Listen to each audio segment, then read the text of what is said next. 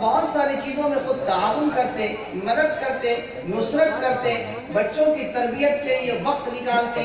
آپ صلی اللہ علیہ وسلم کبھی حضرت حسن اور حسین رضی اللہ تعالیٰ عنہما کے لیے کبھی سواری بن جاتے، اس پہ بچے سوار ہو جاتے، کھیلتے۔ کیا ہم بھی اپنے گھر کے لیے ویسی زندگی اور ویسا نمونہ اپنے بچوں کے لیے رکھتے ہیں؟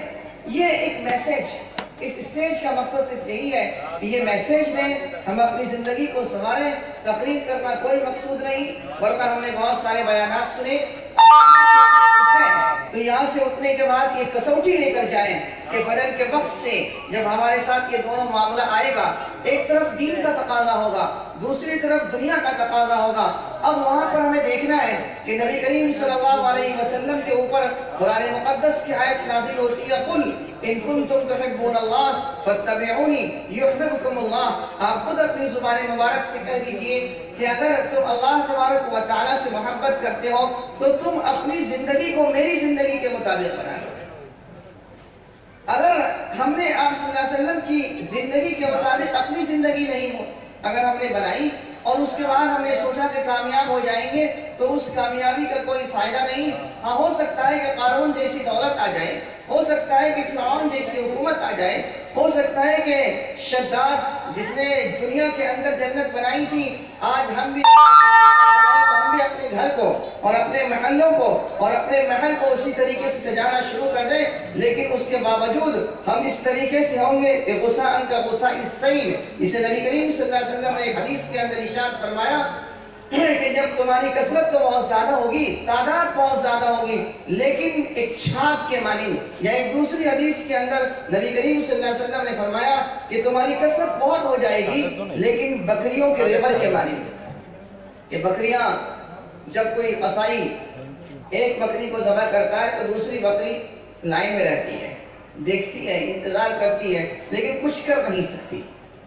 ایسے ہی فرمایا کہ تمہاری مثال ہو جائے گی، یعنی تمہارے اندر نبی کی سیرت اور نبی کریم صلی اللہ علیہ وسلم کا طریقہ چلا جائے گا۔ کسی دوسرے نے گالی دیا تم بھی گالی بک دو گے، کسی دوسرے نے کیچڑ اچھالا تم بھی اچھالنا شروع کر دو گے، کسی دوسرے نے پتھر پھینکا تم بھی پتھر پھینکنا شروع کر دو گے، کسی دوسرے نے کانٹا حائل کر دیا تم بھی کانٹا حائل کرنا شروع کر دو گے، کسی دوسرے نے اوج پھینکی تم بھی اوجڑی پھینکنا شروع کر دو گے، کسی دوسرے نے غلط بدتمیزی کی تم بھی بدتمیزی پہ اتر جاؤ گے، کوئی بد اخلاق بنا تم بھی بد اخلاق بن جاؤ گے۔ یہ نبی کی سیرت نہیں ہے۔ جب ہم ایسی حالت میں ہوں گے تو اس وقت ہماری مثال آپ صلی اللہ علیہ وسلم نے خود بیان فرما دیا۔ کیوں؟ اس کی وجہ بھی آپ نے فرمائی کہ حب الدنیا و کراہیت الموت، کہ اس وقت تمہاری حالت ایسی ہوگی، یہ اس وقت ہوگی کہ دنیا کے بہت زیادہ محبت آ جائے گی۔ ایک طرف دنیا کا تقاضا، ایک طرف دین کا تقاضا، اس وقت تم دین کے تقاضے کو چھوڑ دو گے، اس لیے کہ دنیا کی محبت رہے گی۔ جب دنیا کی محبت ہوگی تو اس وقت تمہاری مثال بکریوں کے مانند ہو جائے گی۔ لہذا اپنی زندگی کو ہم نبی کریم صلی اللہ علیہ وسلم کے طریقے پہ ڈھالیں اور اسی طریقے سے اپنی زندگی کو گزاریں۔ بس یہ چند تمہیدی کلمات کہنے تھے۔ اللہ تبارک و تعالیٰ سے دعا فرما دیں کہ اللہ تبارک و تعالیٰ ہماری اس بیٹھنے کو قبول فرمائے، اور جو قلب کو بدلنے والی ذات ہے ہمارے قلب کو بھی بدل دے۔ ہم یقیناً نبی کریم صلی اللہ علیہ وسلم کے امتی ہیں، لیکن اس کے باوجود ہم بہت کمزور ہیں۔ اللہ تبارک و تعالیٰ ہماری حالتوں کو نبی کریم صلی اللہ علیہ وسلم کے زندگی پر ڈھال دے۔ وہی ہر ایک چیز پر قادر ہے، کسی اور کے اندر کوئی قدرت نہیں ہے۔ اللہ تبارک و تعالیٰ ہماری بھی مغفرت فرمائے، آپ حضرات کی بھی مغفرت فرمائے۔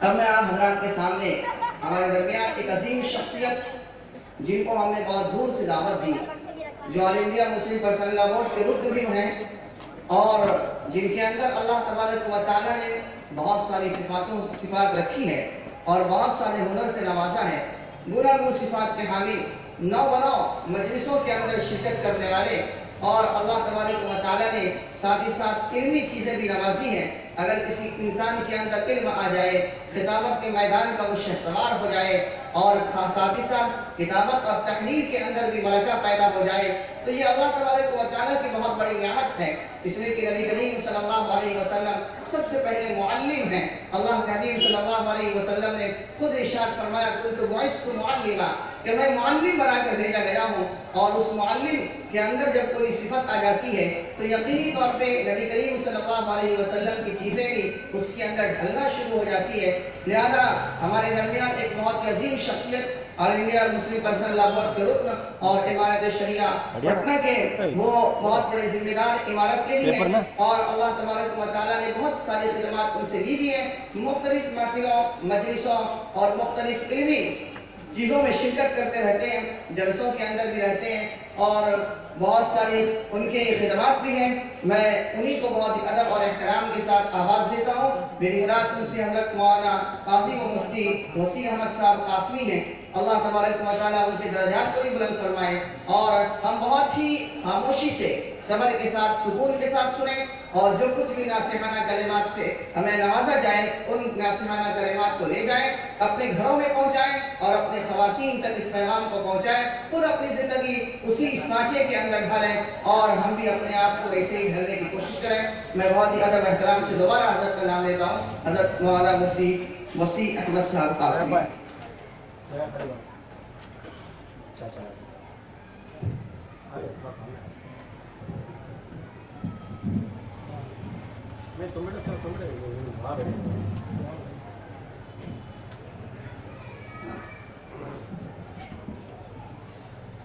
سوری ہاں بھائی۔ السلام علیکم ورحمۃ اللہ۔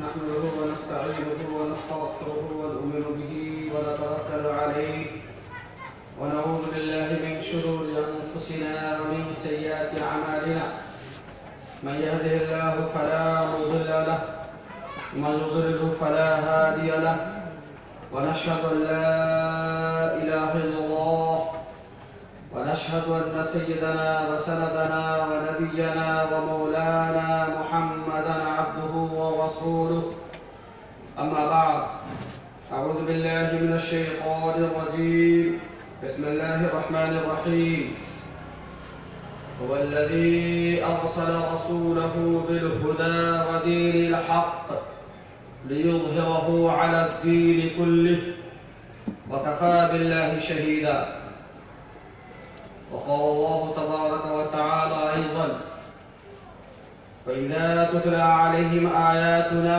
بينات قال الذين لا يرجون لقاء نأت بقرآن غير هذا أو بدله، قل ما يكون لي أن أبدله من تلقاء نفسي إن أتبع إلا ما يوحى إلي إني أخاف إن عصيت ربي عذاب يوم عظيم،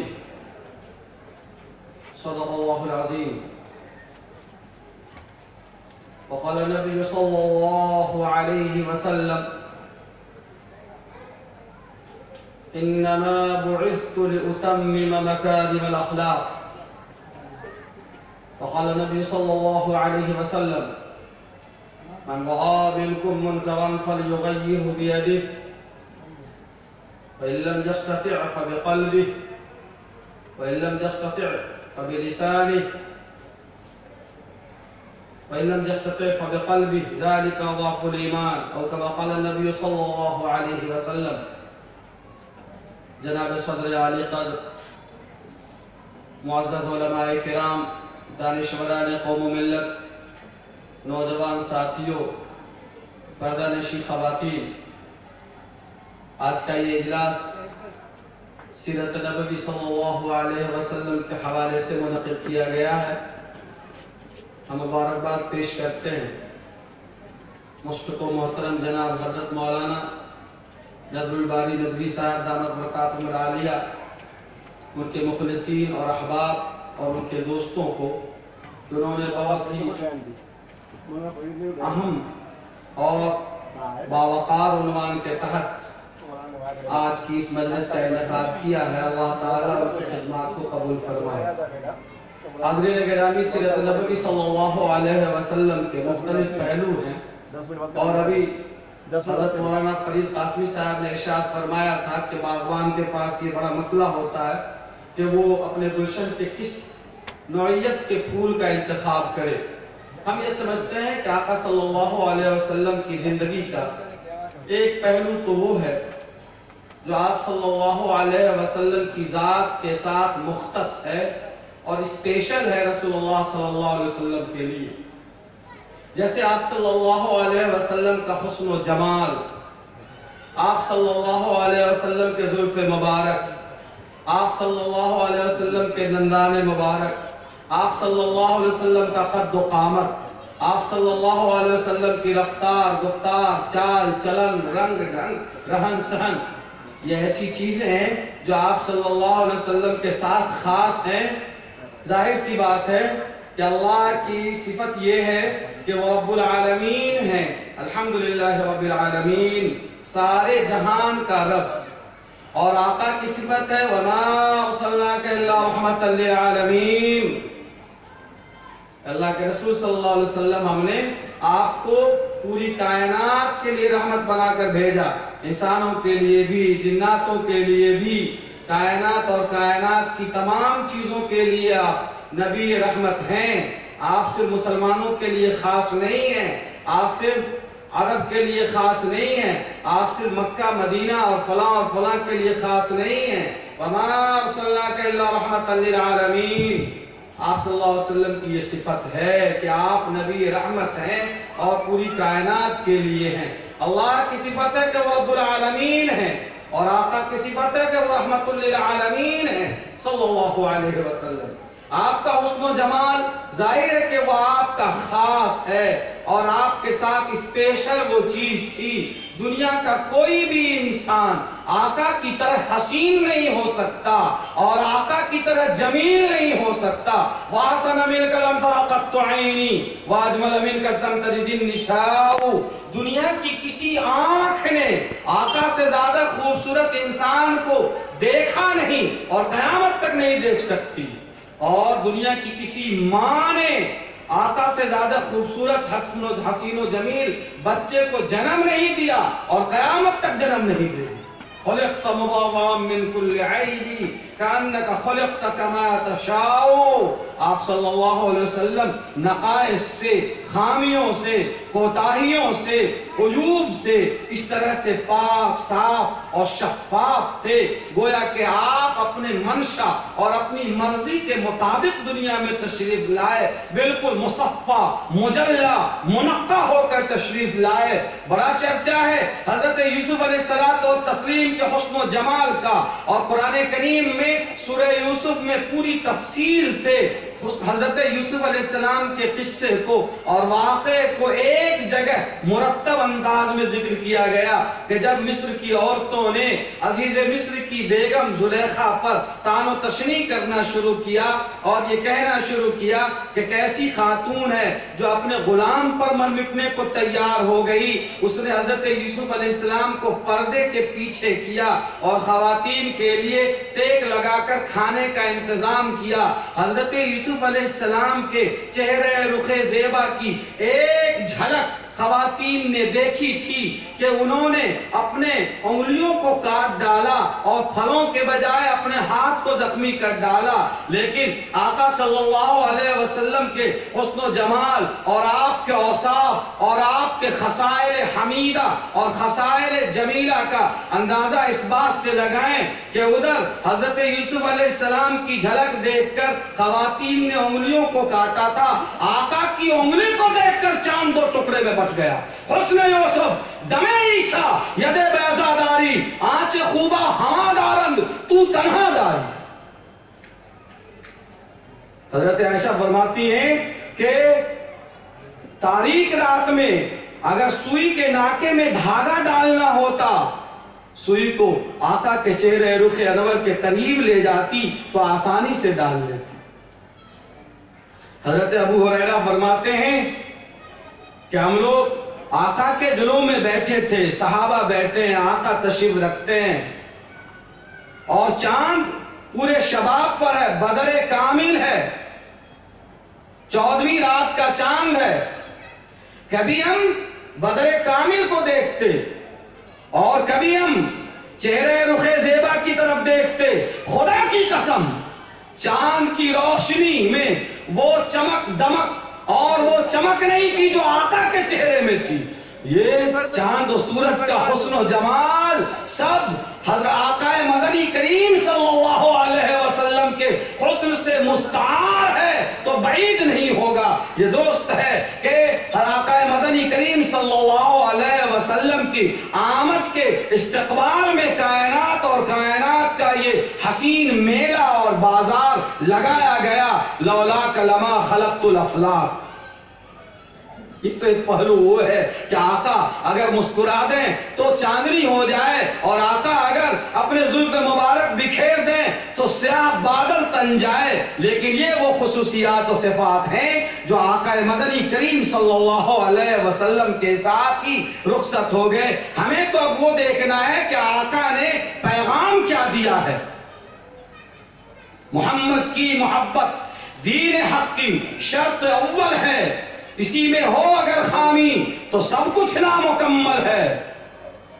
کہ محمد سے وفا تو نے تو ہم تیرے ہیں، یہ جہاں چیز ہے کیا لوح و قلم تیرے ہیں. آقا صلی اللہ علیہ وسلم کی ان خصوصیات پر آپ پوری رات گفتگو کرتے رہے، پورے دن اس پر کلام کرتے رہے، اور آپ ان کے حمد کو ان کے ثنا میں اور ان کی مدح سرائی میں آپ گفتگو کرتے رہے. ہم جیسے کمزوروں سے گنہگاروں سے آقا کے مدح سرائی کا حق ادا نہیں ہو سکتا. لا يمكن الثناء كما كان حقه بعد از خدا بزرگ توئی. قصہ مختصر بہت مشہور شعر ہے کہ آقا کا حسن و جمال کا تذکرہ اور ان کے خصوصیات اور اوصاف حمیدہ اور ان کی پاک بازی کے فضائل ہم سے بیان نہیں ہو سکتے. ہمیں تو یہ دیکھنا ہے کہ آقا ہمارے لیے چھوڑ کر کیا گئے. آقا نے فرمایا کیا ہے، آقا کے کن فرمان پر عمل کرنے سے آقا خوش ہوں گے، آقا کو کب خوشی ہوگی، اور حوض کوثر پر جب ملیں گے تو اپنی امت کو دیکھ کر آقا کب کہیں گے کہ اس نے میرے کام کو مکمل کیا ہے، اور میں نے جو پیغام دیا تھا اس نے صحیح ترجمانی کی ہے، اس پر عمل کی ہے، ضرورت اس بات کی ہے.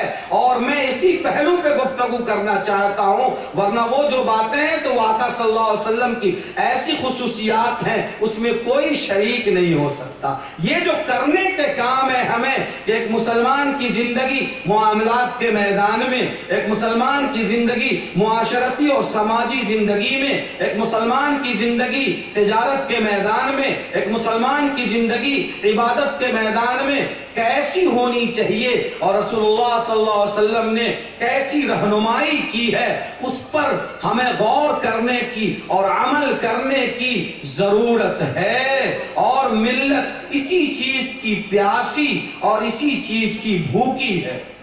آقا صلی اللہ علیہ وسلم نے فرمایا کہ اے لوگو، جب تمہیں نکاح کرنا ہو تو مسجدوں میں کرو.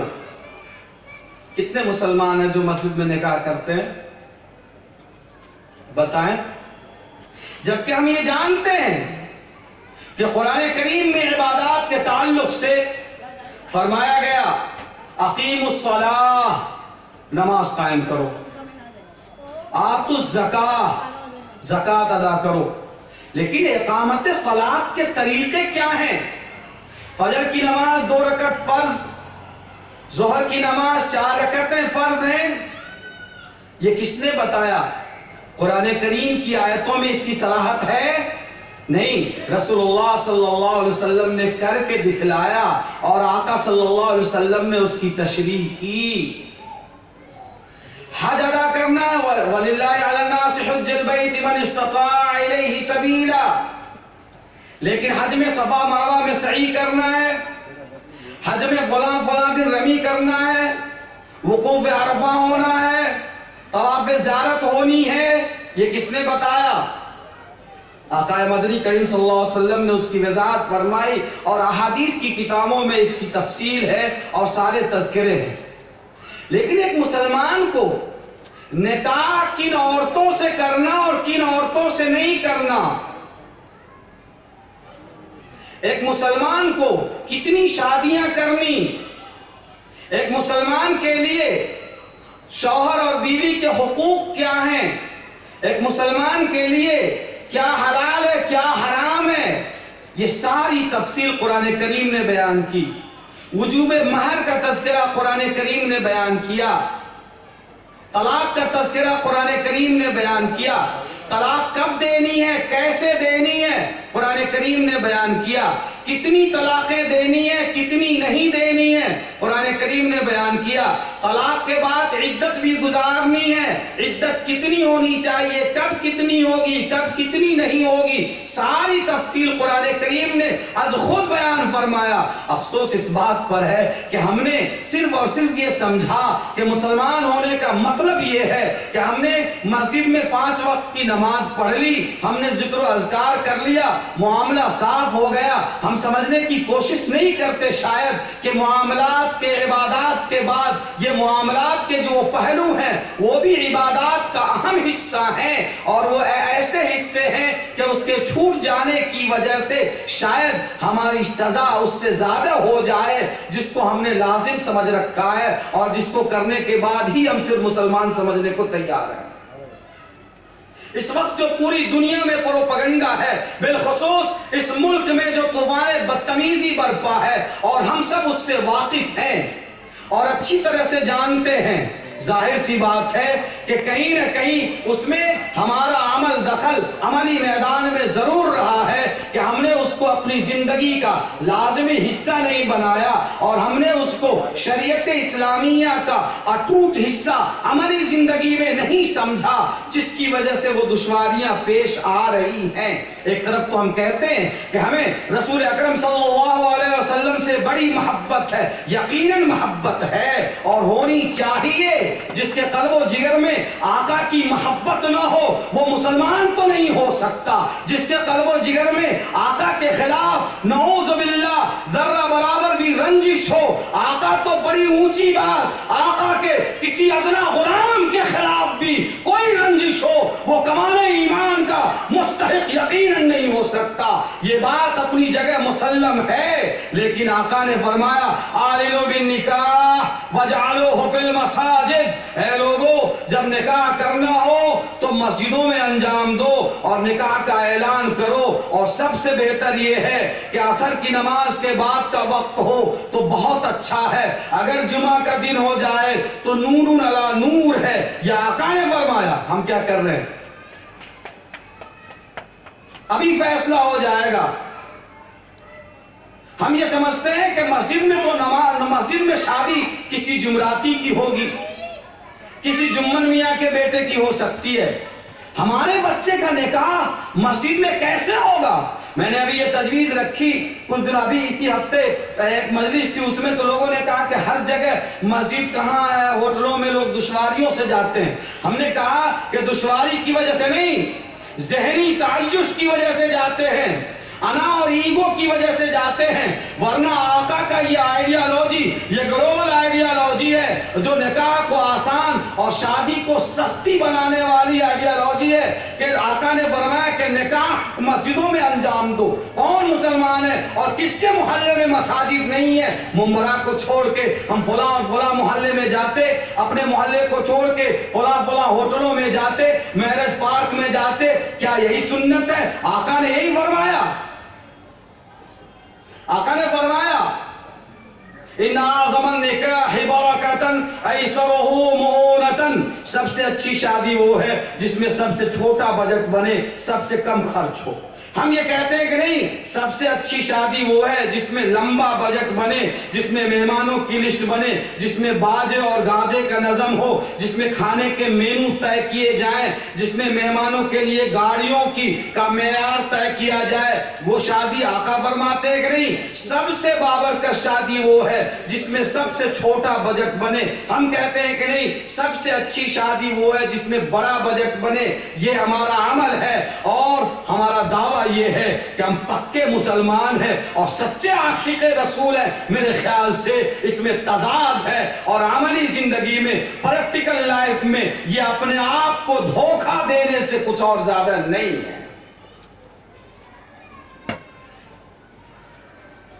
قرآن کریم نے فرمایا محرمات خواتین کی فہرست بیان کرتے ہوئے حرمت علیکم امہاتکم و بناتکم پوری تفصیل بیان کی کہ تمہاری ماں، تمہاری خالہ، تمہاری بہنیں، تمہاری پھوپھیاں، تمہاری خالائیں، تمہاری پھوپھیاں، تمہاری رضائی مائیں، یہ سب حرام ہے. اور یہ کہ تم دو سگی بہنوں کو ایک ساتھ نکاح میں جمع کرو، تمہاری رضائی بہن تمہارے لیے حرام ہے، نکاح نہیں کر سکتے. وَأُحِلَّ لَكُمْ مَا وَرَاءَ ذَلِكُمْ أَن تَبْتَغُوا بِأَمْوَالِكُمْ. تم اپنے مال کے ذریعے ان محرمات خواتین کے علاوہ دوسری خواتین سے نکاح کر سکتے ہو. مراد مہر ہے. قرآن کریم نے فرمایا وَآتُوا النِّسَاءَ صَدُقَاتِهِنَّ نِحْلَةً. تم اپنی بیویوں کا مہر خوش دلی سے ادا کرو. ہمارے ہاں بجٹ میں ساری چیزیں ہوتی، مہر کا تذکرہ نہیں ہوتا. مہر ادا کرنا ہے مردوں کو اور یہ واجب ہے، لازم ہے، نص قطعی سے اس کا ثبوت ہے. اور یہ اتنی مضبوط چیز ہے کہ اگر قاضی نکاح مہر کا تذکرہ نہ بھی کرے از خود مہر واجب ہو جاتا ہے. ہم کہتے نہیں صاحب مہر تو لڑکی والوں کو دینا ہوگا، اتنے روپے لاؤ، اتنا تمہیں نقد دینا ہے، اتنا ادھار دینا ہے، یہ تلک کی رقم ہے، یہ فلاں. کہتے کہ مسلمان ہیں. رسول اللہ صلی اللہ علیہ وسلم کا عمل ہے اور آپ کا فرمان ہے اولم ولو بشاتن. دعوت ولیمہ کرنا یہ خوشی و مسرت کی دعوت ہے، یہ لڑکے پر واجب ہے. لڑکا اپنی سہولت کے حساب سے نوشہ صاحب انتظام کریں گے. ہم نے کہا کہ نہیں صاحب بیٹی والوں کو انتظام کرنا ہے. ہم جاننا چاہتے ہیں کہ اتنا بڑا فراڈ اور اتنا بڑا مکر، اتنا بڑا جھوٹ اور اتنی بڑی تحریک اور یہ سب اسلام کے نام پر اور مسلمانوں کے یہاں ہمارے معاشرے میں جس کا کوئی ثبوت نہیں، کوئی جواز نہیں، اور ہم ٹھوک کر کہتے ہیں کہ ہمیں پکے مسلمان.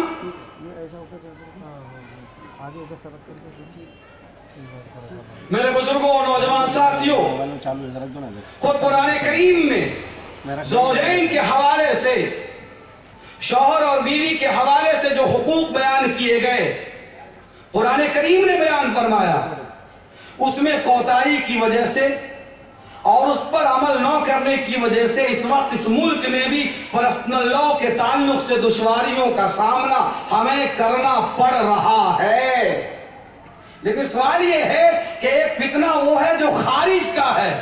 ہم تو بڑی آسانی کے ساتھ آج مہینے 2 مہینے سے ملک میں اور دیگر جہاں موقع ملا پورے ملک میں اور صوبے ریاستوں میں، اس ریاست میں جا کر یہ اعلان کہتے رہے کہ گردنیں جائیں گی یا سر جائیں گے، ہم شریعت کے لیے حد سے گزر جائیں گے. یہ بات ہم کہہ چکے اور اس کا اثر ہوگا، یقیناً ہوگا، ہر حال میں ہوگا انشاءاللہ.